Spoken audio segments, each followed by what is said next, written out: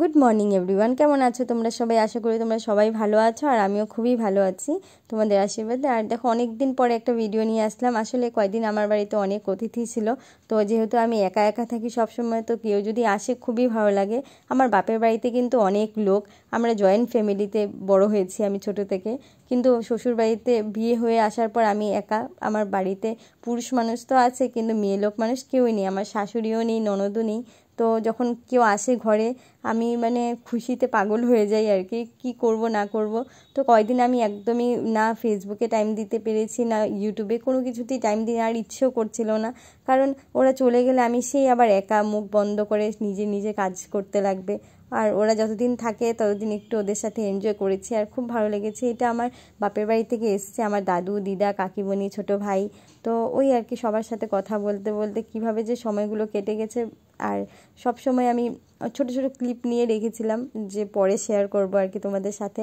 তো দেখো, এখানে আমার সকালের খাবার রেডি হয়ে গেছে। এখানে রুটি বানিয়েছিলাম, একটা লাউ দিয়ে তরকারি হয়েছিল, আর কেক, মিষ্টি, এটা দিয়ে আজকে সবাই ব্রেকফাস্ট করব। আর সকালে আগে 1 কাপ চা সবাইকে দিয়ে দিয়েছি, লাল চা। আর দেখো, কাকিমণিরা একটু ঘুরতে যাবে, সবসময় তো আর আসা হয় না এদিকে। তো ঘুরতে যাওয়ার আগে বলছে, তুমি কি রান্না করবে আমাকে দিয়ে বলে দাও, আমি সব কেটে রেখে দিই, পরে তুমি আস্তে আস্তে রান্নাটা করে নিও আমরা যাওয়ার পর। তো সামনেই যাবে, শুধু দুপুরের খাওয়া দাওয়াটা ওরা করবে, ওইখানে নিমন্ত্রণ আছে। তো দেখো, বলতে বলতে আমার সব কিছু হয়ে গেছে। এদিকে শাক করেছিলাম আর সিম পাতুরি করেছিলাম, এদিকে পটল আলুর তরকারি আর ভাতও হয়ে গেছে, আর এদিকে একটু চানার ডাল বানিয়েছিলাম, তো রাত্রে এসে ওরা খাবে। তো এগুলো হয়ে গেছে। দেখো, ঘরে লোক থাকলে কিভাবে যে কাজ হয়ে যায়, আমি একা একা সব কাজ করতে করতে প্রায় হয়রান হয়ে যাই। আর যখন কেউ থাকে কিভাবে যে সব কাজগুলি ম্যানেজ হয়ে যায়। তো ওরা বিকালে আসার পর আমি আমার ননদের বাড়িতে গেছিলাম, সামনেই আমার ননদের বাড়ি। তো ননদ ফোন করে বলছিল, এটা আমার কাকা শ্বশুরের ঘরে ননদ, ও ফোন করে বলছিল যে বৌদি নিয়ে আসো সবাইকে। তো বিকালে আমরা বলেছিলাম আন্টিকে, আর ড্রেস চেঞ্জ করো না, আমরা এখান থেকেই চলে যাব। তো ওদের বাড়িতে অল্প সময়ের জন্য গেছি। দেখো, সবাই বসে আছে, তো একটু চাটা দিল, খেলাম।